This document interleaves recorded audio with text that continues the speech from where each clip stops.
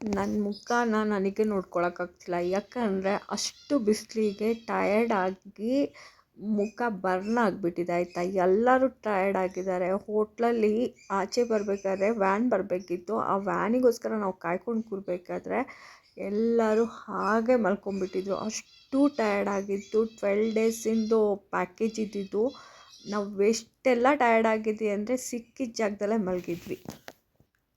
ಅಂದರೆ ಎಲ್ಲಿ ಕೂರ್ತೀವೋ ಅಲ್ಲೇ ನಿದ್ದೆ ಬಂದುಬಿಡ್ತಿತ್ತು ನಮಗೆ. ವೃದ್ಧಾಶ್ರಮ. सर दोनों बाद में फोटो खींचने का टाइम देंगे, अभी करेंगे टाइम वेस्ट होगा।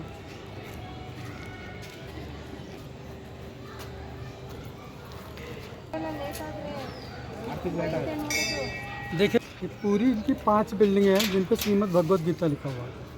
इनकी जो स्थापना किया था हनुमान प्रसाद पोद्दार ने 19 मार्च 1919 को।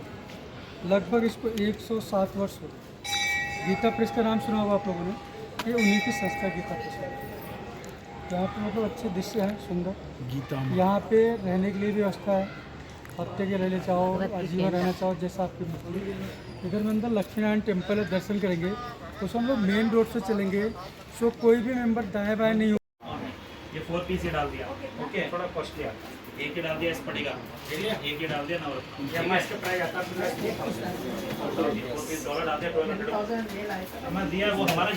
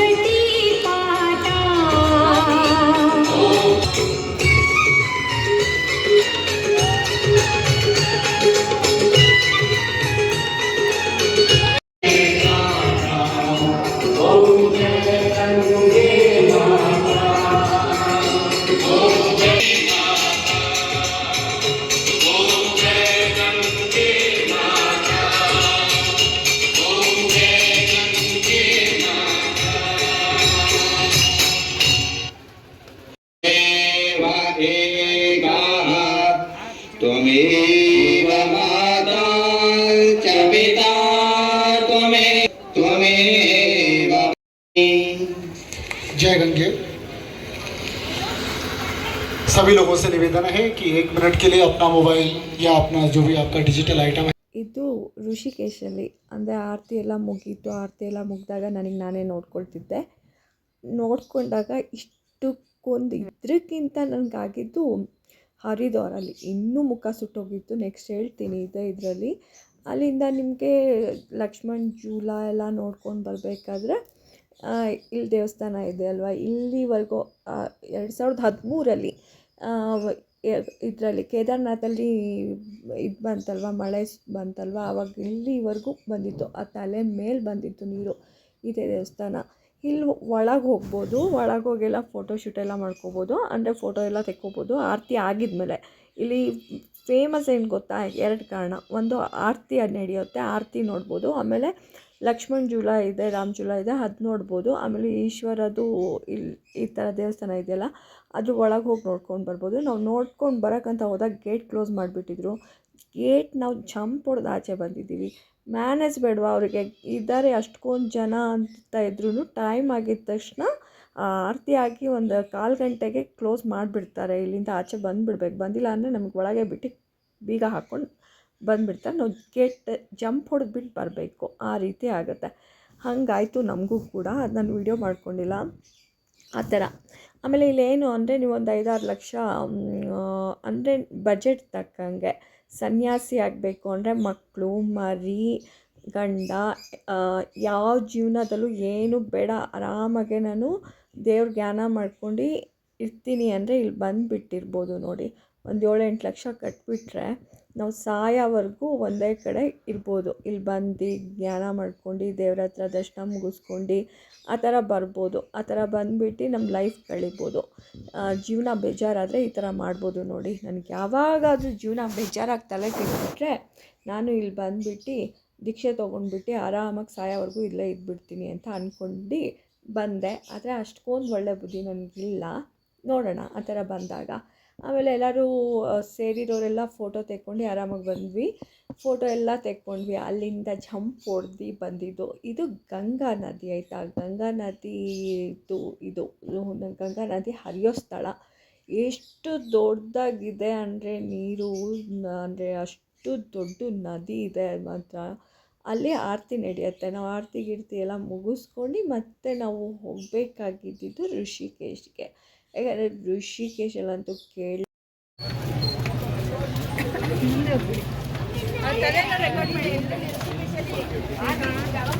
ಸೊ ಹಾಯ್ ಇಬ್ರು ಒಂದ್ಸತಿ ತಿರುಗಿ ಹಾಯ್ ಮಾಡಿ. ಹಾಯ್. ಅಲ್ಲ, ಇಬ್ರದ್ದು ಜಾಸ್ತಿ ಆಯ್ತು.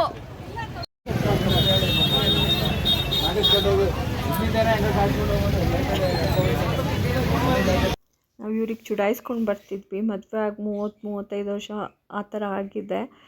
ಲೈಫಲ್ಲೆಲ್ಲ ಸೆಟಲ್ ಆಗಿದ್ದಾರೆ. ಅಂದರೆ ಮಕ್ಕಳಿಗೆಲ್ಲ ಮದುವೆ ಮಾಡಿ ಆರಾಮಾಗಿ ಬಂದಿದ್ದಾರೆ ಗಂಡ ಹೆಂಡತಿ. ಆರಾಮಾಗಿ ನೋಡಿ ಹೇಗಿರುತ್ತೆ ಅಂದರೆ ಎಷ್ಟು ವರ್ಷ ಹೋಗ್ತಾ ಇರುತ್ತೋ ಅಷ್ಟೇ ಬಾಂಡಿಂಗ್ ಗಟ್ಟಿಯಾಗತ್ತೆ ಅಂತಾರಲ್ಲ ಹಾಗೆ. ಇದು ನಾವು ಋಷಿಕೇಶಲ್ಲಿ ಇದ್ದಿದ್ದು ರೂಮು. Full tired ಆಗಿಬಿಟ್ಟಿದ್ವಿ. ರೂಮಲ್ಲಿ ನೋಡಿದ ತಕ್ಷಣ ಮಲ್ಕೊಂಡಿದ್ದಷ್ಟೇ. ಇದೆಲ್ಲ ನಮ್ಮ ಗ್ರೂಪ್ ಆಯಿತಾ. ನೆನ್ನೆ ಇವರಿಗೆ ಎಲ್ಲನೇ ಚುಡಾಯಿಸ್ಕೊಂಡು ಬರ್ತಾಯಿದ್ದಿದ್ದು. ಒಬ್ರಿಗೊಬ್ರು ಆರಾಮಾಗೆ ಕೈ ಇಟ್ಕೊಂಡು ದೇವಸ್ಥಾನ ತಿರ್ಕೊಂಡು ಬರ್ತಿದ್ರು. ಅದಕ್ಕೋಸ್ಕರ ಅವ್ರಿಗೆ ಚುಡಾಯಿಸ್ಕೊಂಡು ಬರ್ತಿದ್ವಿ ನಾವು. ಫುಲ್ ಟಯರ್ಡ್ ಆಗಿದ್ವಿ. ರಾತ್ರಿ ಹೋಗಿದ ತಕ್ಷಣ ಮಲ್ಕೊಂಡಿದ್ದು. ಋಷಿಕೇಶಲ್ಲಿ ನಿಜ ನಾವು ತುಂಬ ದೇವ್ರದ್ದು ದರ್ಶನವೇ ತುಂಬ ಮಾಡೋಕ್ಕಾಗಿಲ್ಲ. ಇದೇ ಒಂದು ಮಾಡಿದ್ದು ನಾನು ಋಷಿಕೇಶಲ್ಲಿ. ಯಾಕೆಂದರೆ ಫುಲ್ ಟಯರ್ಡ್ ಆಗಿಬಿಟ್ಟಿದೆ. ಯಾವಾಗ ರೂಮಿಗೆ ಹೋಗಿ ಮಲ್ಕೊಳ್ತೀನೋ ಅನ್ನಿಸ್ಬಿಟ್ಟಿತ್ತು ನನಗೆ. ಬರೀ ಇಲ್ಲೊಂದು ದೇವರಿದೆ. ಆ ಬೆಟ್ಟದ ಮೇಲೆ ಹೇಗೆ ಹೋಗಬೇಕು ಮುಂದೆ ತೋರಿಸ್ತಾ ಹೋಗ್ತೀನಿ ನಾನು ನಿಮಗೆ. ಇದರಲ್ಲಿ ಹೋಗಿ ಆ ದೇವಸ್ಥಾನಕ್ಕೆ ದರ್ಶನ ಮುಗಿಸ್ಕೊಂಡು ಬಂದಿದ್ದ ತಕ್ಷಣ ಅವತ್ತು ಯಾಕೋ ಏನೋ ಗೊತ್ತಿಲ್ಲ ನಿದ್ದೆ ಬೇರೆ ಜಾಸ್ತಿ ಬರ್ತಾಯಿತ್ತು. ಅದರಲ್ಲೂ ನನಗೆ ನಿಲ್ಲಕ್ಕಾಗ್ತಿಲ್ಲ, ಅಷ್ಟು ನಿದ್ದೆ ಬರ್ತಿದೆ. ಒಂಥರ ಸುಸ್ತಾಗ್ತಿತ್ತು. ಆಮೇಲೆ ಇಲ್ಲಿಂದ ನಮಗೇನು ಅಂದರೆ ಒಂದು ಬಸ್ ಇದೆ. ಒಂದು ಕಡೆ ನಾವು ಟಿಕೆಟ್ ತೊಗೊಂಡ್ಬಿಟ್ರೆ 2 ಕಡೆ ಆ ಥರನೇ ಬೆಟ್ಟದ ಮೇಲೆ ದೇವಸ್ಥಾನ ಇರೋದು. 2 ಕಡೆ ಬೆಟ್ಟದ ಮೇಲೆ ದೇವಸ್ಥಾನಕ್ಕೆ ಹೋಗಬೇಕು ನಾವು. ಅದಕ್ಕೋಸ್ಕರ ನಮಗೆ ಕೆಳಗೆ ಇಳಿದು ಬಂದಾಗ ನಮಗೆ ಅಲ್ಲಿಂದನೇ ಟೂರ್ ಬಸ್ ಇರುತ್ತೆ, ಅಲ್ಲಿಂದನೇ ನಮಗೆ ಇನ್ನೊಂದು ಬೆಟ್ಟಕ್ಕೂ ತೊಗೊಂಡು ಹೋಗಿಬಿಡ್ತಾರೆ. ಅಲ್ಲೂ ದೇವ್ರ ದರ್ಶನ ಮಾಡ್ಕೊಂಡು ಅಲ್ಲೂ ಕೂಡ ಗಂಗಾ ಆರತಿ ನಡೆಯುತ್ತೆ. ಅದು ನೋಡ್ಕೊಂಡು ಸಾಯಂಕಾಲ ಬರೋ ಪ್ಲ್ಯಾನ್ ಇತ್ತು ನಮಗೆ ಹೋಗಬೇಕಾದ್ರೆ. ಆಯಿತು ಅಂತ ಕ್ಲೀನಾಗಿ ರೆಡಿ ಗಿಡಿ ನೋಡಿದ್ರಲ್ವ, ರೆಡಿ ಆಗಿ ಹೋದ್ವಿ. ಬೆಳಿಗ್ಗೆನೇ ಎಷ್ಟು 7 ಗಂಟೆ ಇರಬೇಕು, ಬಿಸಿಲು ತಡಿಯೋಕ್ಕಾಗ್ತಿಲ್ಲ, ಅಷ್ಟು ಸೆಕೆ. ಹೋಗ್ತಾ ಇದ್ದರೆ ನೀರು ಮುಖದಿಂದ ಹರಿತಾ ಇದೆ, ಅಷ್ಟು ಸೆಕೆ. ಸೆಕೆ ಕೂಡ ಬಿಸಿಲು ಕೂಡ, ಯಾವಾಗಪ್ಪ ರೂಮಿಗೆ ಹೋಗಿ ಮಲ್ಕೊಂಡ್ಬಿಡ್ತೀವಿ ಅಂತ ಅನ್ನಿಸ್ತಿತ್ತು. ಆ ಬಿಸಿಲಿಗೋ ಏನೋ ನಾವು ಕೂತಿದ್ದ ಜಾಗದಲ್ಲೆಲ್ಲ ನಿದ್ದೆ. ಅಲ್ಲಿ ಅವತ್ತು ಬೇರೆ ಏನಾಗಿದೆ, ಫುಲ್ ಟ್ರಾಫಿಕ್ ಆಯಿತಾ, ಸಿಕ್ಕಾಬಿಟ್ಟೆ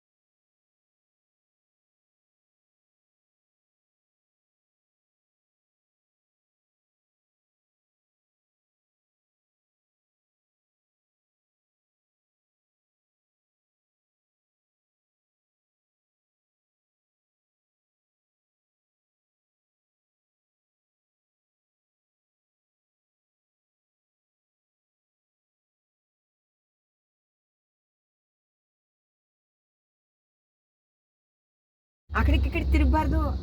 ಹ್ಞೂ, ತಿರುಗಬಾರ್ದು. ಏನಿಲ್ಲ, ಏನಾಗಲ್ಲ, ಅಂದರೆ ಹೆದರ್ಕೋತಾರೆ ಅಂತ ಅಷ್ಟೇ. ಏನೇನು ಹೈಟಲ್ಲಿ ಇದೆಯಲ್ವಾ, ಕೇರಳದಲ್ಲೂ ಇದೆ, ಇನ್ನೂ ಹೈಟ್ ಇದೆ. ಅಲ್ಲ ಅಲ್ಲಿ ಗುಜರಾತಲ್ಲೂ ಇದೆ. ಕೇದಾರ್ನಾಥ್ಗೆ ಮೇಡಮ್ ಈ ಥರ ರೂಟ್ ಮಾಡಿಬಿಟ್ರೆ ಹೆಂಗೋ ಜನ ಹೋಗ್ಬಿಡ್ತಾರೆ. ಕೇದಾರ್ನಾಥ್ ಅಷ್ಟೇನೆ, ಗಂಗೋತ್ರಿ ಯಮುನೋತ್ರಿ ಯಾತವು ಏನು ಸಮದೋಗುತ್ತೆ. ಅದೇನು ಸಣ್ಣ ಕಬ್ಬಣ ಅದು ಆಕ ಸರಿಯಾಗಂತ ಅಪ್ಪನ ಅವ್ರು ಅಷ್ಟು ಗೊತ್ತಿಲ್ಲದೆ ಮಾಡ್ತಾರೆ ಅವರು. ಒಂದು ಇದಿದೆ, ಉಳುವಾಗ ಇದ್ದಂಗೆ ಐತಿ. ಸರ್ ಅಲ್ಲಿ 70, 150 ಇರತ್ತಂದ್ರೆ ಒಂದೊಂದು ಸ್ಟೇಟಲ್ಲಿ ಒಂದೊಂದು ಇದು ಅಂದರೆ ಮತ್ತೆ ದುಡ್ಡು ಎಲ್ಲ ಕನ್ಸ್ಟ್ರಕ್ಷನ್ ಕಾಸ್ಟು ಹೆಂಗೆ. ಈಗ ಹೋಗಿ ಮೇಲ್ಗಡೆ ಬಿಡ್ತಾರೆ, ಅದು ದರ್ಶನ ಆದ್ಮೇಲೆ ಪುನಃ ಕೆಳಗಡೆ ಕರ್ಕೊಂಡ್ಬರ್ಬೋದು. ನೋಡೋದಕ್ಕೆಲ್ಲ ನೋಡ್ಕೋಬೋದು. ಓಡಬಾರ್ದು ಅಂದರೆ ನೀವು ಕಣ್ಣು ಮುಚ್ಕೋಬೇಕಾಯ್ತದೆ ಅಷ್ಟೇ, ಏನೇನು ಮಾಡೋಕ್ಕಾಗಲ್ಲ. ಈಗ ನೋಡಿದ್ರೆ ಭಯ ಆಗುತ್ತೆ. ಇದು ಒಂದು ಸೈಡು ಇದಾಗ್ಬಿಟ್ರೆ ವೀಲ್ ಮೇಲ್ಗಡೆ ವೀಲ್ ಇದು ಮಾಡಿರ್ತಾರಲ್ವ, ಆ ಕಡೆಯಿಂದ ಬೇಗ ಬರ್ತದೆ, ಈ ಕಡೆಯಿಂದ ಹೋಗೋದೇ ಒಂದು ಸ್ವಲ್ಪ 10 ಕಿಲೋ. ಋಷಿಕೇಶ, ಹರಿದ್ವಾರ ಎಲ್ಲ ತುಂಬ ದೂರ ಇಲ್ಲ, ಸ್ವಲ್ಪನೇ ದೂರ ಇದೆ. ಒಂದು 2 ಗಂಟೆ 3 ಗಂಟೆ ಒಳಗೆ ಜರ್ನಿ. ಅದೆಲ್ಲ ಮುಗಿಸ್ಕೊಂಡು ಇಲ್ಲಂತೂ last day, first day tired ಆಗಿದ್ವಿ ನಾವು. ಅದರಲ್ಲೂ ಇಲ್ಲಂತೂ ಸಿಕ್ಕಾಪಟ್ಟೆ ಬಿಸಿಲು. ರೋಪಲ್ಲಿ ಹೋಗಬೇಕಿತ್ತು ನಾವು, 2 ಸೈಡ್ ರೋಪಲ್ಲಿ ಹೋಗಬೇಕಿತ್ತು. ಆದರೆ ನಾವು ಒಂದೇ ಸೈಡ್ ದರ್ಶನ ಮುಗಿಸ್ಕೊಂಡು ನಾನಂತೂ ರಿಟರ್ನ್ ರೂಮ್ ಹತ್ರ ಬಂದುಬಿಟ್ಟೆ. ಅಷ್ಟು ಟಯರ್ಡ್ ಆಗಿದ್ದು, ನನ್ನ ಕೈಲಿ ಆಗ್ತಿದ್ದಿಲ್ಲ. ಹಾಗಾಗಿ ಬಂದುಬಿಟ್ವಿ. ಇಲ್ಲೊಂದು ದೇವಸ್ಥಾನ ಇದೆ, ಲಕ್ಷ್ಮೀ ದೇವಸ್ಥಾನ. ಆ ದೇವಸ್ಥಾನಕ್ಕೋಸ್ಕರ ಬರ್ತಿದ್ರು. ಬಂದಿದ್ದು ಈ ಥರ ರೋಪ್, ಇದ್ರ ಮೇಲಿಂದ ನಮಗೆ ದೇವಸ್ಥಾನಕ್ಕೆ ಬಿಡ್ತಾರೆ. ಮತ್ತು ನಾವು ಇಳಿದು ಹೋಗ್ತೀವಿ ಹೀಗೆ. ಆಮೇಲೆ ಇನ್ನೊಂದು ಕಡೆ ಇನ್ನೊಂದು ದೇವಸ್ಥಾನಕ್ಕೂ ಈ ಥರನೇ ರೋಪ್ ಮೇಲಿಂದ ಹೋಗಬೇಕು. ಅಲ್ಲೂ ಕೂಡ ಹೀಗೆ ಒಳಗೆ ನಿಮಗೆ ಬ್ಯಾಂಗಲ್ಸು, ಸ್ಟಿಕ್ಕರ್ಸ್, ಏನಾದರೂ ಶಾಪಿಂಗಿಗೆ ಏನಾದರೂ ಸಿಗುತ್ತೆ. ಆ ಬೆಟ್ಟದ ಮೇಲಿರೋದು ಇದು. ಆಂಜನೇಯ ದೇವಸ್ಥಾನ ಇದೆ, ಲಕ್ಷ್ಮೀ ದೇವಸ್ಥಾನ ಇದೆ. ಇಲ್ಲಿ ತುಂಬ ಫೇಮಸ್ ದೇವಸ್ಥಾನಗಳಿದೆಲ್ಲ. ಹಾಗಾಗಿ ಇಲ್ಲಿ ದರ್ಶನಕ್ಕೆ ತುಂಬ ಜನ ಬರ್ತಾರೆ, ತುಂಬ ರಶ್ ಇರುತ್ತೆ. ಈ ಬೆಟ್ಟಕ್ಕೆ ನಾವು ನೆಡ್ಕೊಂಡು ಕೂಡ ಬರ್ಬೋದು. ಇನ್ನೊಂದು ಸೈಡ್ ನೆಡ್ಕೊಂಡು ಬರೋ ದಾರಿ ಇದೆ, ಇನ್ನೊಂದು ಸೈಡ್ ರೋಪ್ ಇದೆ. ನಾವು ರೋಪಲ್ಲಿ ಹೋಗಿದ್ದಿದ್ದು, ಹಾಗಾಗಿ ನಮ್ಗೆ ಬೇಗ ದರ್ಶನ ಆಗೋಯಿತು. ನೆಡ್ಕೊಂಡು ಬರೋರಿಗೆ ಕ್ಯೂ ಕೂಡ ಇರುತ್ತೆ, ಮತ್ತು ಕ್ಯೂವಲ್ಲಿ ದರ್ಶನ ಬೇರೆ ಮಾಡ್ಕೊಂಡು ಬರಬೇಕು, ಆ ಥರ. ಇದೆಲ್ಲ ದರ್ಶನ ಆಗೋವರೆಗೂ ಹೆಂಗೋ ಇದ್ದೆ. ಅಂಜಲಿ ದೇವಿ ಹರಿದ್ವಾರಲ್ಲಿದ್ದೀವಿ. ಬಸ್ಸಿಗೆ ಕಾಯ್ತಾ ಇದ್ದೀವಿ. ಇನ್ನೊಂದು ದೇವಸ್ಥಾನಕ್ಕೆ ಹೋಗಬೇಕು, ಇನ್ನೂ ಬಂದಿಲ್ಲ. ಒಂದು ದೇವಸ್ಥಾನ ದರ್ಶನ ಆಯಿತು, ಇನ್ನೊಂದು ದೇವಸ್ಥಾನ ದರ್ಶನ ಮುಗಿಸ್ಕೊಂಡು ಬರಬೇಕು. ಇಲ್ಲಿ ಅಲ್ಲಿವರೆಗೂ ಫುಲ್ ಎನರ್ಜಿಲಿದ್ದೆ. ಅಲ್ಲಿಂದ ನನ್ನ ಕೈಯಲ್ಲಾಗಿಲ್ಲ. ಇದೇ ಆಟೋ ಹತ್ಕೊಂಡು ಮತ್ತು ನಾನು ಆಮೇಲೆ ಇವರು ನಾವು ರಿಟರ್ನ್ ರೂಮ್ ಹತ್ರ ಬಂದುಬಿಟ್ವಿ. ರೂಮ್ ಹತ್ರ ಬಂದುಬಿಟ್ಟು ಮಲಗಿದ್ದು ನಿದ್ದೆ ಅಷ್ಟು ಬರ್ತಿತ್ತು. ಲೀಲಮ್ಮ ಆಂಟಿ ನಾನು ಇಬ್ಬರು ಕೂಡ ಬಂದುಬಿಟ್ವಿ. ಆಮೇಲೆ ಮಾರನೇ ದಿನ ನಮಗೆ ಫ್ಲೈಟ್ ಇತ್ತು. ಎಲ್ಲಿಗೆ ಅಂದರೆ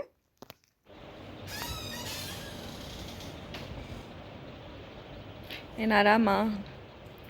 ಟೂರ್ ಚೆನ್ನಾಗಿತ್ತಾ? ಎಲ್ಲ ಸಾಕಾಗಿದೆ. ದೇವಸ್ಥಾನದ ದರ್ಶನ ಚೆನ್ನಾಗಾಯ್ತಾ? ನೆಕ್ಸ್ಟ್ ಟ್ರಿಪ್ಪು ಎಲ್ಲಪ್ಪ? ನೆಕ್ಸ್ಟ್ ಈಗ ಫ್ಲೈಟಲ್ಲಿ ಹೋಗೋದು. ನೆಕ್ಸ್ಟ್ ಟ್ರಿಪ್ ಎಲ್ಲಿಗೆ ಹೋಗ್ತೀರಾ ಮತ್ತೆ? ನೋಡೋಣ. ನಿಶ್ಚಯದು ಲೀಲಮ್ಮ ನಿಮ್ದೆಲ್ಲಿ ಟ್ರಿಪ್ಪು? ನಾವು ಅಂದ್ಕೊಂಡಂಗೆ ಏನೂ ಆಗಲ್ಲ, ಅವರಿಚ್ಛೆ. ಅವಾಗಲೇ ಒಂದು ಪ್ಲ್ಯಾನ್ ಇದೆ, ಹೇಳಲ್ಲ. ನಾವು ಹೋಗೋದು ಅವ್ರು ಕರೀದ್ರೆ ನಾವು ಹೋಗ್ಲಿ. ಈಗ ಯಾವ್ದು ನೋಡಬೇಕು ನೆಕ್ಸ್ಟು ಅಂದ್ಕೊಂಡಿದ್ದೀರಾ? ನನಗೆ ಪೂರಿ ಜಗನ್ನಾಥ್ ನೋಡಬೇಕು ಅಂತ ಆಸೆ. ಹೋಗಿಲ್ವಾ? ನಾವು ಹೋಗಿಲ್ಲ. ಹೌದಾ? ಅದು ಟ್ರಿಪ್ ಇದೆ. ಪೂರಿ ಜಗನ್ನಾಥ್ 4-5 ದಿನದಿದೆ. ನಿಮಗೆ ನೆಕ್ಸ್ಟು ಯಾವುದು? ನಾವು ಪುರಿ ಜಗನ್ನಾಥ್ ನೋಡಬೇಕು, ವೈಷ್ಣವಿ ನೋಡಬೇಕು ಅನಿಸುತ್ತೆ. ನೋಡೋಣ, ಯಾಕೆ ಗೊತ್ತಿಲ್ಲ, ಟ್ರಿಸ್ಕಿ ಹೊಡಿತಾ ಇದ್ದೀನಿ. ವೈಷ್ಣವಿಗೆ ಏನು ಹೋಗೋದೇನು ಕಷ್ಟ ಅಲ್ಲ ಬಿಡಿ. ಅದು ಕಷ್ಟ. ಟ್ರೈನ್ ಇದೆ, ಮೇಲೆ ದೇವಸ್ಥಾನಕ್ಕೆ ಹತ್ಬೇಕಲ್ಲ, ಅದಕ್ಕೆ ಬೇರೆ ಮಾಡ್ಕೋಬೇಕು ವ್ಯವಸ್ಥೆ. ಅದೇ ಹತ್ಬೇಕಂತೆ. ಒಂದ್ಸತಿ ಹೋಗಿದ್ದೀವಲ್ಲ, ಹಂಗಾಗಿ ನಮ್ಗೇನು ಅನ್ಸಲ್ಲ. ಹೋಗಿ ಬಂದಿದ್ದೀರಾ? ಪೂರ್ಣ ಹೋಗಿದ್ವಲ್ಲ ವೈಷ್ಣವಿ. ಕೂಲಿ ಜಗನ್ನಾಥ್ಗೊಂದು ಹೋಗಿಲ್ಲ. ಪುರಿ ಜಗನ್ನಾಥ್ ಒಂದೇ, ಅದೊಂದೇ ಈಗ ಏನು ಬರೀ ಅದೊಂದು ಕಡೆಗೇನೆ ಇರೋದು ಪುರಿ ಜಗನ್ನಾಥ್. ಇಲ್ಲಿ ಬಿಡಿ, ನೋಡೋಣ, ಭಗವಂತನ ದಯೆ ಇದ್ರೆ ಕರೆಸ್ಕೊಳ್ಳಿ ಅಷ್ಟೇ. ನಾವು ಹೋಗೋದು. ನಾನು ಯಾವುದನ್ನು ಇದುವರೆಗೂ ಹೇಳ್ತೀನಿ, ಕಾಶಿ ನೋಡ್ತೀನಿ ಅಂತ ಅಂದ್ಕೊಂಡಿರಲಿಲ್ಲ, ಕನ್ಯಾಕುಮಾರಿ ನೋಡ್ತೀನಿ ಅಂದ್ಕೊಂಡಿರಲಿಲ್ಲ, ಶ್ರೀರಂಗಂ ನೋಡ್ತೀನಿ ಅಂದ್ಕೊಂಡಿರಲಿಲ್ಲ, ಆಮೇಲೆ ಮಧುರೆ ಮೀನಾಕ್ಷಿಗೂ ಹೋಗ್ತೀನಿ ಅಂತ ಅಂದ್ಕೊಂಡಿರಲಿಲ್ಲ, ಈಗ ರಾಮೇಶ್ವರಂಗೂ ಹೋಗ್ತೀನಿ ಅಂತ ಇದೆಲ್ಲ ಅನ್ಎಕ್ಸ್ಪೆಕ್ಟೆಡ್. ಇವಾಗ ಇಲ್ಲಿಗೆ ಬಂದಿರೋದು ಅಷ್ಟೇ. ಚಾರಧಾಮ ಯಾತ್ರೆನ ನಾನು ಮನಸ್ಸಲ್ಲೂ ನಾನು ಕೇಳಿದ್ದೆ ಅಷ್ಟೇ, ಹೋಗಬೇಕು ಅಂತ ಮನಸ್ಸಲ್ಲಿ ಅಂದ್ಕೊಂಡಿದ್ದೆ. ಬಟ್ ಆಗ ನಾನು ಸಾಧಿಸ್ತೀನಿ ಅಂತ ಅಂದ್ಕೊಂಡಿಲ್ಲ. ದೇವರು ಹೆಂಗೋ ನನಗೆ ಅದನ್ನು ಮಾಡಿ ಅವ್ರು ಸಾಧನೆ ಮಾಡಿದ್ದು, ನಾವಲ್ಲ. ಅವ್ರು ಕರೆದಿರ್ತೀನಿ, ನಾವು ಬಂದ್ವಿ ಅಷ್ಟೇ. ನಾವು ಕರ್ಕೊಬೇಕು ಅಂದ್ರೆ ಅವರೇ ಅಂತೆ ಕಾರಣ. ದಾರಿದೇವಿ ಅಮ್ಮನೇ ಅವರ ಅನುಗ್ರಹ ಎಂದರೆ ಒಂದು ಉಳ್ಕಟ್ಟಿ ಕೂಡ.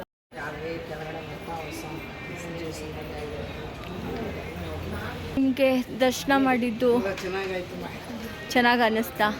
ದರ್ಶನ ಎಲ್ಲ ಮೇಡಮ್ ನಿಮಗೆ?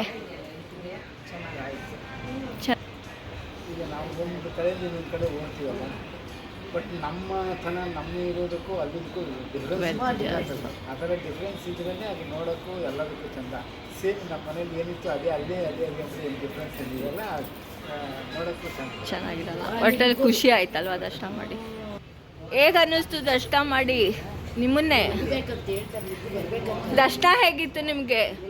ದರ್ಶನ ಹೇಗೆ ಅನ್ನಿಸ್ತು? ಎಲ್ಲ ಕಡೆ ದರ್ಶನ ಮಾಡಿದ್ರಿಲ್ಲ? ತುಂಬ ಚೆನ್ನಾಗಿತ್ತು. ಪೌರ್ಣಮಿಗೆ ಹೋದ್ರೆ ತುಂಬ ಒಳ್ಳೆಯದು. ರಶ್ ಜಾಸ್ತಿ, ಬೆಳಗ್ಗೆ ಬಿಟ್ಟರೆ ಅಲ್ವಾ? ಆರಾಮಾಗಿದ್ದೀರಾ? ಆರಾಮಾಗಿ ಊರಿಗೆ ಸೇರ್ತಿದ್ದೀರಾ? ಬಸ್ಸಲ್ಲಿ ಮೇಡಮ್ ಅವರೇ ಮಾತು ಕಲ್ತ್ರಾ? ಬೆಳಗ್ಗೆ ನಾವು ಇಲ್ಲಿ ಬಿಟ್ಟರೆ ಇನ್ನೂ ಮಾತು ಕಲ್ತಿಲ್ವಾ? ಇನ್ನೂ ಸೈಲೆಂಟೇನಾ? ಇನ್ನೂ ಮಾತು ಬರಲ್ಲ? ಇನ್ನೂ ಮಾತು ಕಲ್ತಿಲ್ಲ? ಇದು ಗೊತ್ತಿಲ್ಲ. ಸ್ವಲ್ಪ ಇಂಪ್ರೂವ್ ಆದ್ರ ಮಾತಾಡೋಕ್ಕೆ? ಇದು ಮಾಡಿಬಿಟ್ರೆ ಇಲ್ಲಿ ಬರೀ ಫೋಟೋ, ನಿಮ್ಮ ಫೋಟೋ ಮಾತ್ರ ನೋಡ್ಕೊಂಬಿಟ್ರೆ ಬೇರೆಯವ್ರ ಎಲ್ಲರ ಫೋಟೋ ಇಲ್ಲ. ಅದ್ರಲ್ಲಿ ನೀವು ಚೆನ್ನಾಗಿ ಬಿದ್ದಿದ್ದೀರಾ. ಅದೇ ನೀವು ಚೆನ್ನಾಗಿ ಬಿದ್ದಿದ್ದೀರಾ. ನನ್ನ ಫೋಟೋ ನೋಡ್ತಿದ್ದೆ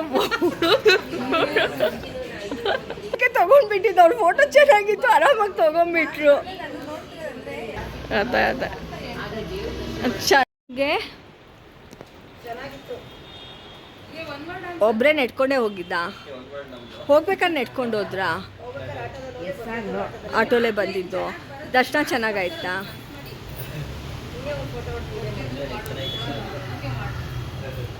ಇದಕ್ಕೆ ಕೊಡ್ತೀನಿ ಇರಿ. ಆಗಲೂ ಕೊಟ್ಟು ಹತ್ರ ದುಡ್ಡು ಕೇಳಿದ್ರು.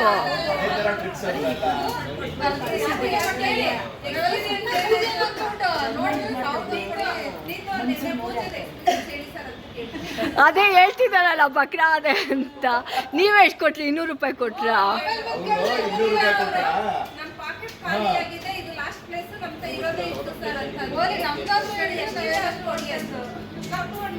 ಹೋಟೆಲ್ ಪೂಜೆನೇ ಮಾಡಿ ಬಂದಿದ್ದು ಅನ್ಕೊಂಡೆ ಗೊತ್ತಾ, ಅವ್ರು ಯಾವುದೋ ಪೂಜೆ ಮಾಡಿಸಿದ್ದಾರೆ, ನೀವೆಲ್ಲ ಸೇರಿಬಿಟ್ಟು ಹೋಗಿ ಮನೆಯವ್ರಲ್ಲಿ ನಿಂತಿದ್ರ ನಾನು ಹೊರಗಡೆ ನಿಂತಿದ್ದೆ, ಗೊತ್ತು ಇವ್ರು ಟೋಪಿ ಹಾಕ್ತಾರೆ ಅಂತ. ಹೆಂಗಿದ್ರೆ ಇವ್ರು ಹೊಟ ಊಟಲ್ಲ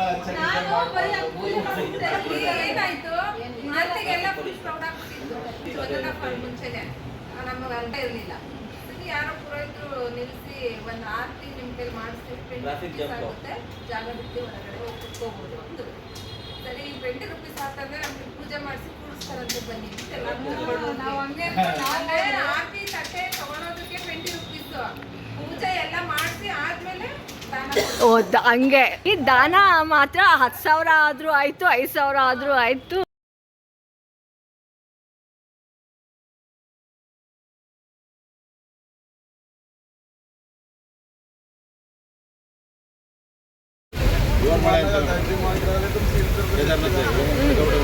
ಅದೇ ಅಲ್ಲಿ ಇನ್ನೂ ಜೋರಾಗಿ ಬರುತ್ತೆ. ನಾವು ಒಂದು 5 ನಿಮಿಷಕ್ಕೆ ಎಷ್ಟು ಕೊಂಡು ನೀರು ಬಂದ್ಬಿಡ್ತು ಗೊತ್ತಾ. ಸಣ್ಣ ಪ್ರಾಂತ್ಯ ಸಣ್ಣದು, ಇದು ದೊಡ್ಡದು, ಎಲ್ಲ ತಗೊಂಡು ಕೂಡಿಕೊಂಡ್ಬರ್ಬೋದಲ್ಲ. ದೇಹರಾದೂನ್ಗೆ ಬಂದಿದ್ದು ನಾವು, ಯಾಕಂದರೆ ಫ್ಲೈಟ್ ನಮಗಿದ್ದಿದ್ದೆ ದೇಹರಾದೂನಿಂದ. ಅಲ್ಲೆಲ್ಲ ಇಂಟ್ರೂ ಮಾಡ್ಕೊಂಡು ಮಸ್ತಿ ಮಾಡ್ಕೊಂಡು ಎಲ್ಲ ಟಯರ್ಡ್ ಆಗಿಬಿಟ್ಟಿದ್ವಿ. ಲಾಸ್ಟ್ ದಿನದ ಅನುಭವ ಕೇಳ್ಕೊಂಡು ಹೇಗಿತ್ತು ಟೂರು, ಯಾವ ರೀತಿ ಇತ್ತು ಅಂತ ಎಲ್ಲ ಮಾತಾಡ್ಕೊಂಡು, ಯಾಕಂದರೆ ಇಲ್ಲಿಂದ ಏನಾಗ್ಬಿಡುತ್ತೆ ಅಂದರೆ ಎಲ್ಲರೂ ನಮ್ಮ ಜಾಗಕ್ಕೆ ಹೋಗ್ಬಿಡ್ತೀವಿ. ಇರೋವರೆಗೂ ಆರಾಮಾಗಿ ಮಾತಾಡ್ಕೊಂಡು ಒಬ್ರಿಗೊಬ್ರು ಹೇಗೆ ಏನು ಅಂತ ಶೇರ್ ಮಾಡ್ಕೊಂಡಿರ್ತೀವಿ. ಫ್ಲೈಟ್ ಹತ್ರ ಬಂದಿದ ತಕ್ಷಣ ಮತ್ತೆ ಇಲ್ಲಿಂದ ಅವ್ರವ್ರ ಮನೆಗೆ ಹೋಗಿಬಿಡ್ತೀವಿ. ಅಂದರೆ ಅವ್ರವ್ರ ಕೆಲಸಕ್ಕೆ ಅವ್ರವ್ರು ಮತ್ತೆ ಹೊರಟಂಗೆ ನಮ್ಮ ಇದಕ್ಕೆ ನಾವು ಹೋಗ್ತೀವಿ. ಹಾಗಾಗಿ ಅವ್ರ ಹತ್ರ ಎಲ್ಲ ಮಸ್ತಿ ಮಾತಾಡ್ಕೊಂಡು ಬಂದ್ವಿ. ಇಲ್ಲಿ ನಮಗೆ ಫ್ಲೈಟ್ ಇದ್ದಿದ್ದೆ ಸಾಯಂಕಾಲ ಎಷ್ಟು 7:15 ನಮ್ಮ ಫ್ಲೈಟು, ಏರ್ ಇಂಡಿಯಾದಿತ್ತು. ಹಾಗಾಗಿ ನಾವು ಫ್ಲೈಟ್ ಹತ್ರ ಕಾಯ್ಕೊಂಡು ಕೂತಿದ್ವಿ. ನಾವು ಬರಬೇಕಾದ್ರೆ ಅಂತೂ ಸಿಕ್ಕಾಪಟ್ಟೆ ಮಳೆ ಸ್ಟಾರ್ಟ್ ಆಗಿಬಿಡ್ತು. ಅದೇ ಮಳೆ ಇನ್ನೂ ಕಂಟಿನ್ಯೂ ಆಗಿದೆ. ನಾವು ಹೋದಾಗಂತೂ ನಮಗೆಲ್ಲೂ ಮಳೆ ಬರೋದಾಗಲಿ ತೊಂದರೆ ಆಗೋದಾಗಲಿ ಆಗೇ ಇಲ್ಲ. ನಾವು ಬರೋ ದಿನ ಅಂತೂ ಶುರು ಆಗಿದ್ದ ಮಳೆ. ನಿಮಗೇನು ಮುಂದೆ ನದಿ ತೋರಿಸಿದ್ನಲ್ವ, ಆ ನದಿ ಫುಲ್ ತುಂಬ್ಕೊಂಡ್ಬಿಟ್ಟಿದೆ. ಅಲ್ಲಿ ಆ ಥರ ಮಳೆ ಬಂದಿದೆ, ಅಷ್ಟು ಮಳೆ ಇದೆ. ಇಲ್ಲಿ ನಾವು ಕಾಯ್ಕೊಂಡು ಕೂತಿದ್ದಿದ್ದು ಬೆಂಗಳೂರಿಗೆ ಬರೋಕ್ಕೋಸ್ಕರ. ಆಮೇಲೆ ಬೆಂಗಳೂರಿಗೆ ಬರೋಕ್ಕಂತ ಕಾಯ್ತಾ ಇರಬೇಕಾದ್ರೆ ನಾವು ಸಾಯಂಕಾಲ 4 ಗಂಟೆಗೆಲ್ಲ ಫ್ಲೈಟ್ ಹತ್ರ ಬಂದುಬಿಟ್ಟಿದ್ವಿ. ಫ್ಲೈಟ್ ಒಳಗೂ ಅಂದರೆ ಏರ್ಪೋರ್ಟ್ ಒಳಗೂ ನೋಡಿ ನಿಮಗೆ ಪಾರಿವಾಳ ಅಲ್ಲೂ ಜಾಗ ಮಾಡ್ಕೊಂಡಿದೆ. ಅಲ್ಲೂ ನನ್ನ ಜಾಗ ಎಲ್ಲಿ ಇಡಲಿ ಅಂತ ಹೇಳಿ ಜಾಗ ಮಾಡ್ಕೊಂಡು ಆರಾಮಾಗೆ ಹೇಳೋರು ಕೇಳೋರಿಲ್ಲ ಅನ್ನಂಗೆ ಅಷ್ಟು ದೊಡ್ಡ ಜಾಗ ಎಲ್ಲ ನನ್ನದೇ ಮನೆ ಅನ್ನಂಗೆ ಆರಾಮಾಗೆ ಬಂದು ಹೋಗೋದು ಮಾಡ್ತಾಯಿತ್ತು. ಆಮೇಲೆ ನಾವು ಇಲ್ಲಿ ಕೂತ್ಕೊಂಡು ಟೈಮ್ ಪಾಸ್ ಮಾಡಬೇಕಲ್ಲ, ಏನಾದರೂ ಮಾಡಬೇಕಲ್ಲ, ಅದಕ್ಕೆ ಏನು ಮಾಡ್ತಾಯಿದ್ವಿ, ಯಾವ್ಯಾವ ಹೆಲಿಕಾಪ್ಟರ್ ಫ್ಲೈಟ್ ಬರುತ್ತೋ ಆ ಫ್ಲೈಟಿಗೆಲ್ಲ ನೋಡೋದು, ವೀಡಿಯೋ ಮಾಡೋದು. ಆಮೇಲೆ ಎಲ್ಲರಿಗೂ ಟಯರ್ಡ್ ಆಗಿತ್ತು, ಒಬ್ರಿಗೊಬ್ರು ಮಲ್ಕೊಂಡ್ರೆ ಸಾಕು ಅನಿಸ್ಬಿಟ್ಟಿತ್ತು. ಹಾಗಾಗಿ ಸ್ವಲ್ಪ ಮಾತಾಡ್ಕೊಂಡು ಫೋನ್ ಚಾರ್ಜಿಗೆ ಹಾಕ್ಕೊಂಡು ಹೇಗಿತ್ತು ಅಂತ ಹೇಳಿ ಮೆಮೊರಿ ಮಾಡ್ಕೊಂಡು ಮತ್ತು ಯಾವಾಗ ಬರ್ತೀವಿ ಅಂತ ಮಾಡ್ಕೊಂಡು ಯೋಚನೆ ಮಾಡ್ಕೊಂಡು ಇಲ್ಲಿಗೆ ಸಾಕಪ್ಪ ನಮ್ಮ ಟೂರು, ದೇವರೇ ಪರಮಾತ್ಮ ಸಾಕು ಅಂತ ಹೇಳ್ಕೊಂಡು ಫ್ಲೈಟಿಗೋಸ್ಕರ ಕಾಯ್ತಾಯಿದ್ವಿ. ಹೋಗ್ಬೇಕಾದ್ರೇನೋ ಒಂಥರ ಇರುತ್ತೆ, ಬರಬೇಕಾದ್ರೆ ಯಾವಾಗಾದರೂ ಮನೆ ಸೇರ್ಕೊಳ್ತೀನಪ್ಪ ಅನಿಸುತ್ತೆ. ನನಗೆ ಹೋಗ್ಬೇಕಾದ್ರೆ ಅನಿಸಿದೆ ಏನು ಗೊತ್ತಾ, ನಮ್ಮ ಮನೇಲೆಲ್ಲ ಬೈತಿದ್ರು, ಅಷ್ಟು ದೂರ ಮಳೆ ಇದೆ, ಹಾಗಿದೆ ಹೀಗಿದೆ ಬೇಡ ಅಂತ. ಆದರೆ ನಾನು ಹೇಳ್ಕಿರ್ತೀನಿ, ಅದ್ರಲ್ಲಿ ನಾನು ಕೇಳಬೇಕಲ್ಲ. ಇಲ್ಲ, ನಾನು ಸತ್ರೂ ಪರವಾಗಿಲ್ಲ ಹೋಗೇ ಹೋಗ್ತೀನಿ, ಬೆಟ್ಟ ಕುಸಿದ್ರೂ ಪರವಾಗಿಲ್ಲ ಹೋಗೇ ಹೋಗ್ತೀನಿ, ಅಲ್ಲೇ ಸತ್ರೂ ಪರವಾಗಿಲ್ಲ ಅಂದ್ಕೊಂಡು ಹೋದೆ ಆಯಿತಾ. ದೇವ್ರ ದರ್ಶನ ಆಗಿದ್ದು ಅರ್ಧ ಗಂಟೆಗೆ ದೇವ್ರೆ ಸಾಯೋದೇ ಬೇಡ, ಕ್ಲೀನಾಗೆ ಊರಿಗೆ ಸೇರಿಸಪ್ಪ ಸಾಕು ಅನ್ನಂಗಾಗೋದಾ. ಅದೇ ಹಿಂಗಾಯ್ತು ನನಗೆ ಅಂತಂದೆ. ಹುಷಾರ ಇದ್ನಲ್ವಾ ಸ್ಟಾಪ್ ಮಾಡಿದ್ದೆ ಅನ್ನಿಸ್ತಿತ್ತು. ಎಲ್ಲಿ ಬೆಟ್ಟ ಕುಸ್ಬಿಟ್ಟು ಇಲ್ಲ ಎಲ್ಲೋ ಸತ್ತೋಗ್ಬಿಟ್ರೆ ಕಷ್ಟ. ಫಸ್ಟ್ ಊರಿಗೆ ಹೋಗಿ ಸೇರಿಕೊಂಡ್ರೆ ಸಾಕಪ್ಪ ಬೆಂಗಳೂರಿಗೆ, ಯಾವಾಗ ಹೋಗ್ತೀನಪ್ಪ ಬೆಂಗಳೂರಿಗೆ. ಹೋಗ್ಬೇಕಾದ್ರೆ ಆ ಥರ ಹೇಳೋಗಿದ್ದೀನಿ ಆಯಿತಾ. ದೇವ್ರ ದರ್ಶನ ಆಗಿದ್ದ ತಕ್ಷಣ ನನ್ನ ಮನಸ್ಸೇ ಚೇಂಜ್ ಆಗೋದಾ. ಸದ್ಯ ಸಾಯೋದು ಬೇಡ, ಫಸ್ಟ್ ಊರಿಗೆ ಹೋಗಿ ಸೇರಿಕೊಂಡ್ರೆ ಸಾಕು ಅನ್ಸೋ ಥರ. ನೋಡಿ ಹೇಗೆ ನಮ್ಮ ಮೈಂಡ್ ಸೆಟ್ ಚೇಂಜ್ ಆಗುತ್ತೆ ಅಂತ. ಹಾಗೆ ಚೇಂಜ್ ಆಗಿದ್ದು ನನ್ನ ಮೈಂಡ್ ಸೆಟ್ ಆಯಿತಾ. ಫ್ಲೈಟಲ್ಲಿ ಹೋಗಬೇಕಾದ್ರೂ ಅನ್ನಿಸ್ತಿತ್ತು, ಅಪ್ಪ ಫ್ಲೈಟ್ ಎಲ್ಲಾದರೂ ಬೆಂಕಿ ಹಚ್ಕೊಂಡ್ರೆ ಏನಪ್ಪ ಮಾಡೋದು, ಸುಟ್ಟೋಗ್ಬಿಡ್ಬೇಕಲ್ಲ ಅಂತ. ಆಮೇಲೆ ಅದ್ರ ಜೊತೆ ಬೇರೆ ಜೋರಾಗಿ ಮಳೆ ಬೇರೆ ಬರಬೇಕಾದ್ರೆ ಆಯಿತಾ, ಗುಡುಗು ಎಲ್ಲ ಹೊಡಿತಿದೆ. ಮುಂದೆ ತೋರಿಸ್ತೀನಿ ನಿಮಗೆ, ಅಷ್ಟು ಕ್ಲಿಯರ್ ಆಗಿಲ್ಲ, ಆದರೂ ಸ್ವಲ್ಪ ತೋರಿಸ್ತೀನಿ. ಅದು ಬೇರೆ ಭಯ, ಯಾವಾಗ ಲ್ಯಾಂಡ್ ಆಗ್ತೀವಪ್ಪ ದೇವರೇ, ಸಾಕಾಗ್ಬಿಟ್ಟಿದೆ ಅಂತ ಅನ್ನಿಸ್ತಾ ಇತ್ತು. ಹೋಗೋ ಮೈಂಡಲ್ಲಿ ಆ ಥರ ಇದ್ದಿಲ್ಲ, ಬರಬೇಕಾದ್ರೆ ಯಾವಾಗ ಮನೆ ಸೇರ್ಕೊಳ್ತೀನಿ ಅನ್ನೋ ಆಸೆ ಅಂತೂ ಇತ್ತು. ಮನುಷ್ಯಂಗೆ ಆಸೆ ಅನ್ನೋದು ಜಾಸ್ತಿ ಅಂತಾರಲ್ಲ, ಹಾಗೆ ನನ್ನ ಆಸೆನೂ ಹಾಗೆ ಅನಿಸುತ್ತೆ. ಹೋಗಬೇಕಾದ್ರೆ ಎಲ್ಲ ಬಿಟ್ಟೋಗಿದೆ, ಸತ್ರೂ ಪರವಾಗಿಲ್ಲ ಅಂತ ಹೇಳಿ. ದೇವ್ರ ದರ್ಶನ ಆಗಿದ ತಕ್ಷಣ ಸಾಯೋದೇ ಬೇಡಪ್ಪ, ಇನ್ನೂ ಜೀವನ ಮಾಡಬೇಕು ಅನ್ನೋ ಆಸೆ ಬಂದುಬಿಡ್ತು. ಇದಕ್ಕೆ ಹೇಳೋದು ಮನುಷ್ಯ ತುಂಬ ದುರಾಸೆ ಅವರು ಅಂತ. ಅದರಲ್ಲಿ ನಾನು ಒಬ್ಬಳು. ಈ ಥರನೇ ವಿಡಿಯೋ ನೋಡಬೇಕು ಅಂದರೆ ನೀವು ನೀತು ಜ್ಞಾ ಬ್ಲಾಗ್ನ ಆದಷ್ಟು ಶೇರ್ ಮಾಡಿ, ಲೈಕ್ ಮಾಡಿ, ಸಬ್ಸ್ಕ್ರೈಬ್ ಆಗಿ. ಈ ಥರನೇ ಏನಾದರೂ ಮನಸ್ಸಲ್ಲಿ ಅನಿಸಿದ್ದನ್ನ ನಾನು ಹೇಳ್ತಾ ಹೋಗ್ತೀನಿ. ನಿಮಗೆ ಕೇಳೋ ಆಸೆ ಇದ್ದರೆ ಕೇಳ್ತಾ ಇರಿ. ಇಲ್ಲ, ಇರೋದನ್ನೇ ಹೇಳ್ತೀನಿ, ಅನಿಸಿದ್ದೇ ಹೇಳ್ತೀನಿ. ಅದಕ್ಕೋಸ್ಕರ ನಿಮಗೇನಾದರೂ ಇಂಟ್ರೆಸ್ಟ್ ಇದೆ ಆದಷ್ಟು ಸಬ್ಸ್ಕ್ರೈಬ್ ಮಾಡ್ಕೊಳ್ಳಿ ಅಂತ ಕೇಳ್ತೀನಿ. ಯಾಕಂದರೆ ಎಷ್ಟು 1.5 ವರ್ಷದಿಂದ ನಡೆಸ್ತಿದ್ದೀನಿ ನಾನು ಈ ವಿಡಿಯೋನ. 2 ವರ್ಷನೇ ಆಗಕ್ಕೆ ಬಂತು. ಹಬ್ಬಬ್ಬ ಅಂದರೆ 100 ಜನ ಇಲ್ಲ, ಬೇಕಾ ನನಗೆ ಅಂತ ಅನಿಸುತ್ತೆ. ಆದರೂ ಪರವಾಗಿಲ್ಲ, ನನಗೆ ಮೆಮೊರಿಯಾಗಿ ಉಳ್ಕೊಳ್ಳುತ್ತೆ ಅನ್ನೋ ಆಸೆಗೆ ಈ ಥರ ವಿಡಿಯೋ ಮಾಡ್ಕೊಳ್ತಾ ಇರ್ತೀನಿ. ನಿಮ್ಮ ಸಪೋರ್ಟ್ ನೀವು ಕೊಡ್ತಾ ಹೋಗಿ, ನೋಡೋಣ ಎಲ್ಲಿಗೆ ಹೋಗುತ್ತೆ ಅಂತ ಹೇಳಿ ನೋಡ್ತಾ ಇರೋದು. ಆದರೆ ಈಗ ಸದ್ಯಕ್ಕೆ ಈ ಫ್ಲೈಟ್ ಈಗ ಹಾರತ್ತೆ, ಅದನ್ನು ನೋಡಿ ಎಂಜಾಯ್ ಮಾಡೋಣ ಆಯಿತಾ. ಯಾವ ರೀತಿ ಈಗ ಫ್ಲೈಟ್ ಹೋಗುತ್ತೆ ಅಂತ ಮಾಡೋಕ್ಕೆ ಕೆಲಸ ಇಲ್ಲ, ಟೈಮ್ ಪಾಸು, ನೋಡಿ ಎಂಜಾಯ್ ಮಾಡಿ.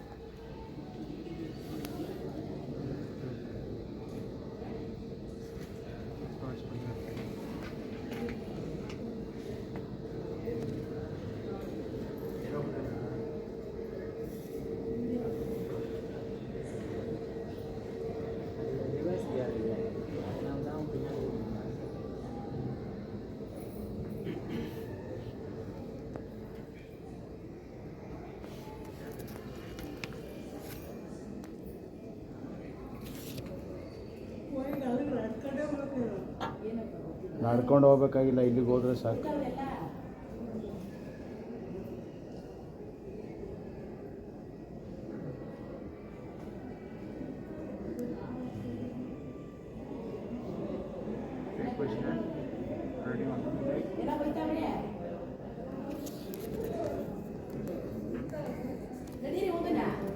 ಇರಿ ಹೋಗೋಣ, ಇರಿ, ಇನ್ನೂ ಟೈಮ್ ಅದ.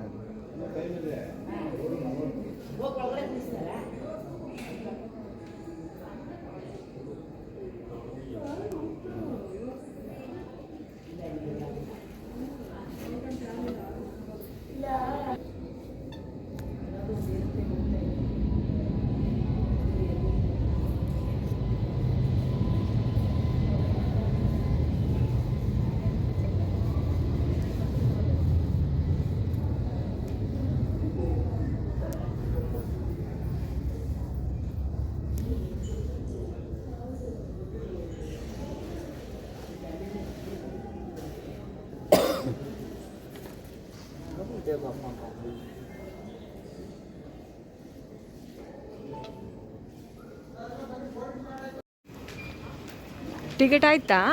ಟಿಕೆಟ್ ಆಯ್ತು ನೋಡಿ, ಹೋಯ್ತಾ ಬಸ್ಸಿಗ? ನೀವು ಅಲ್ಲಿ ಇಟ್ಕೊಳ್ಳಿ, ಎಲ್ಲರೂ ಕಾಣಿಸ್ತಾರೆ. ಸ್ವಲ್ಪ ಹೋಗಿ ಅಲ್ಲಿ ಹೋಗಿ. ಇಲ್ಲಿ ನೈನು ಲೀಲಮ್ಮ ಅವ್ರಿಗಂತೂ ನೆನೆಸ್ಕೊಳ್ತಾನೆ ಇರಬೇಕು.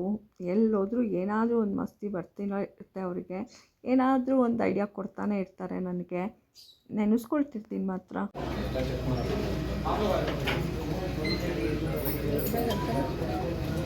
ದೊಡ್ಡ ಬ್ಯಾಗ್ ಅಂತ.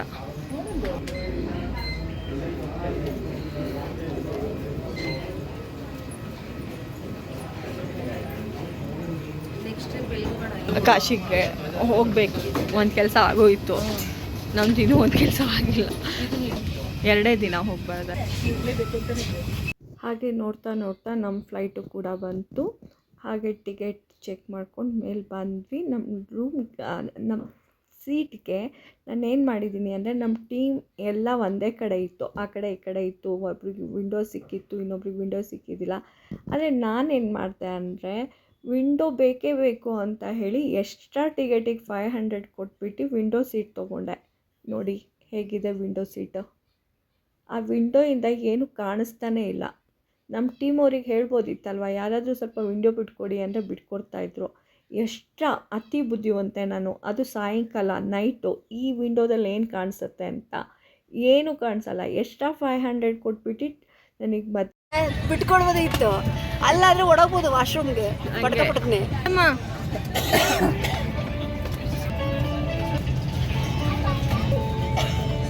ಅಲ್ಲ ಮತ್ತೆ ನಿಲ್ಲಿಸ್ತಾನೆ.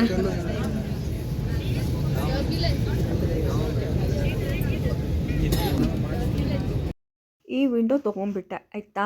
ಎಲ್ಲರೂ ನಗ್ತಾಯಿದ್ರು, ಯಾಕಂದರೆ ನೈಟ್ ಏನು ಕಾಣಿಸುತ್ತೆ ಅಂತ ಈ ವಿಂಡೋದಲ್ಲಿ ತೊಗೊಂಡ್ಲಿ ಅಂತ. ಹಾಗಾಯಿತು ನನ್ನ ಕತೆ. ಆದರೂ ನಾನು ಬಿಡ್ತೀನ, ಹಾಗೂ ಸ್ವಲ್ಪ ವೀಡಿಯೋ ಶೂಟ್ ಮಾಡಿದ್ದೀನಿ. ನಿಮಗೆ ಇದರಲ್ಲಿ ದೇಹರಾದೂನಲ್ಲಿ ನಿಮಗೆ ಕಾಣಿಸೋದೆ ಒಂದು 3-4 ಫ್ಲೈಟ್ ನೋಡಬೇಕು ಎಷ್ಟಕ್ಕೊಂದು ಫ್ಲೈಟ್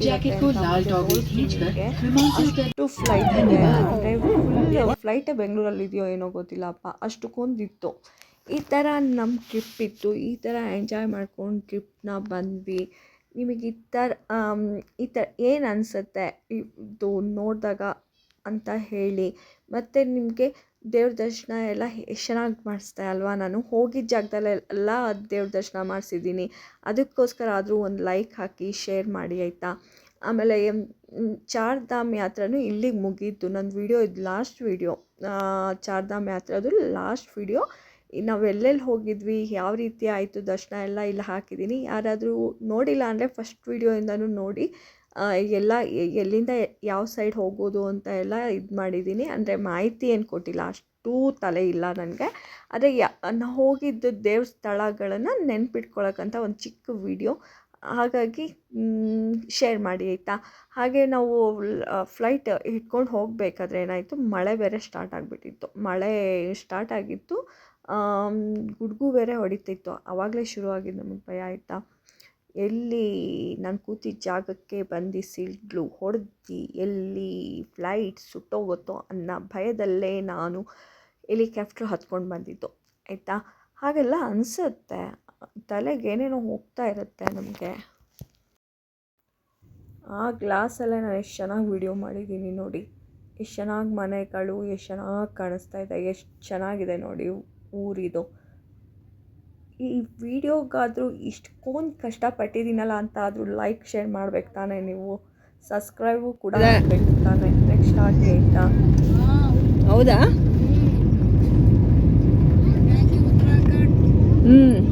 ಆಮೇಲೆ ಆಮೇಲೆ ಆಮೇಲೆ ಹೌದಾ? ಯಾರೇನಾದರೂ ಮರ್ತಿ ಇದ್ರೆ ನನ್ನೇನೊಂದು ಸ್ವಲ್ಪ ನೆನೆಸ್ಕೋಬೋದಲ್ವಾ.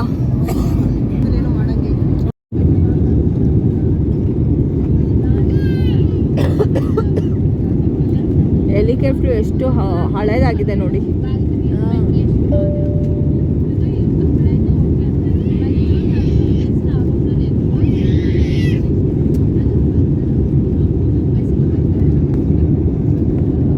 ಈಗೇನು ಕಾಣಿಸ್ತಾ ಇಲ್ಲ ಅಲ್ಲ.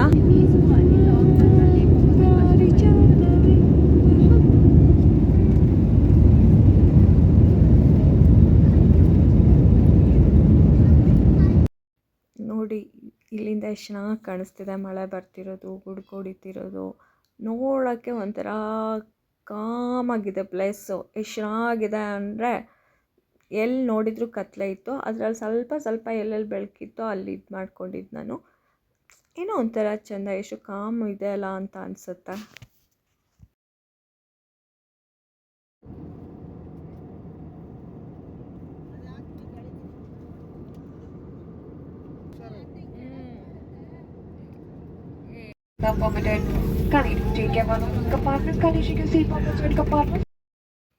ಅಪ್ಪ, ಇದು ನಮ್ಮ ಏರ್ಪೋರ್ಟಲ್ಲಿ ಲ್ಯಾಂಡ್ ಆಗಿದ ತಕ್ಷಣ ನಮ್ಮ ಬೆಂಗಳೂರಿಗೆ ಬಂದುಬಿಟ್ವಾ ಅನ್ನೋ ಖುಷಿ. ಬಂದಿದ್ದ ತಕ್ಷಣ ನಮ್ಮ ಲಗೇಜ್ನ ಎತ್ಕೊಂಡು ಯಾವಾಗ ಮನೆಗೆ ಹೋಗ್ತೀವಿ ಅಂತ 10:30 ಲ್ಯಾಂಡ್ ಆಗಿಬಿಟ್ವಿ. ಕಾಯ್ಕೊಂಡು ಇಳಿಯೋದೇ ಕಾಯ್ತಾ ಇದ್ವಿ, ಯಾವಾಗ ಚೆನ್ನಾಗಿರೋ ಊಟ ಮಾಡ್ತೀವಪ್ಪ ದೇವರೇ ಅನ್ನಂಗಾಯಿತು. ಆ ಥರ ಇತ್ತು ನಮ್ಮ ಟ್ರಿಪ್ಪು. ಖಟ್ಟ ಮೀಠ ಎರಡೂ ಕೂಡ. ಅದೇ ಹೇಳ್ತಾರಲ್ಲ ಹಾಡಲ್ಲಿ, ಇದು ನಮ್ಮೂರು ಅನ್ನಂಗೆ ಹಾಗೆ ಫೀಲ್ ಆಯಿತು ನನಗೂ ಕೂಡ. ಅವ್ರದ್ದು ಹಾಡಿದೆಯಲ್ಲ, ರುಕ್ಕಮ್ಮ ನೂರು ಹಾಡು ಊರು ನೋಡಿ ಬಂದರು, ನಮ್ಮ ಊರೇ ಊರಮ್ಮ ಅಂತ, ನನಗೆ ಅದನ್ನೇ ಬರ್ತಿತ್ತು.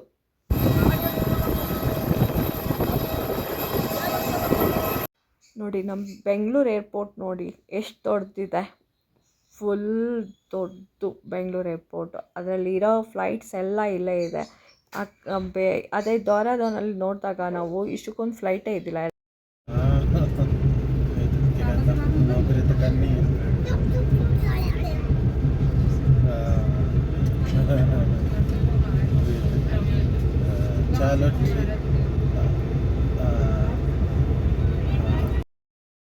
ಚೆಕ್ಔಟ್ ಆದಾಗ ನನ್ನ ಲಗೇಜ್ ಹತ್ರ ಬಂದರೆ ಲಗೇಜ್ ತೊಗೊಳಕ್ಕೆ ಇಲ್ಲೊಂದು 10 ನಿಮಿಷ ಕಾಯ್ದ್ವಿ. ಆಮೇಲೆ ನನ್ನ ಲಗೇಜ್ ಬಂತು, ತೊಗೊಂಡು ನಮ್ಮ ಮನೆ ಕಡೆ ಪ್ರಯಾಣ. ಹೀಗಿತ್ತು ಚಾರ್ಧಾಮ್ ಯಾತ್ರೆಯ ಪ್ರಯಾಣ ನಂದು. ನಿಮಗೆಲ್ಲ ಇಷ್ಟ ಆದರೆ ಲೈಕ್ ಮಾಡಿ, ಕಮೆಂಟ್ ಮಾಡಿ, ಶೇರ್ ಮಾಡಿ.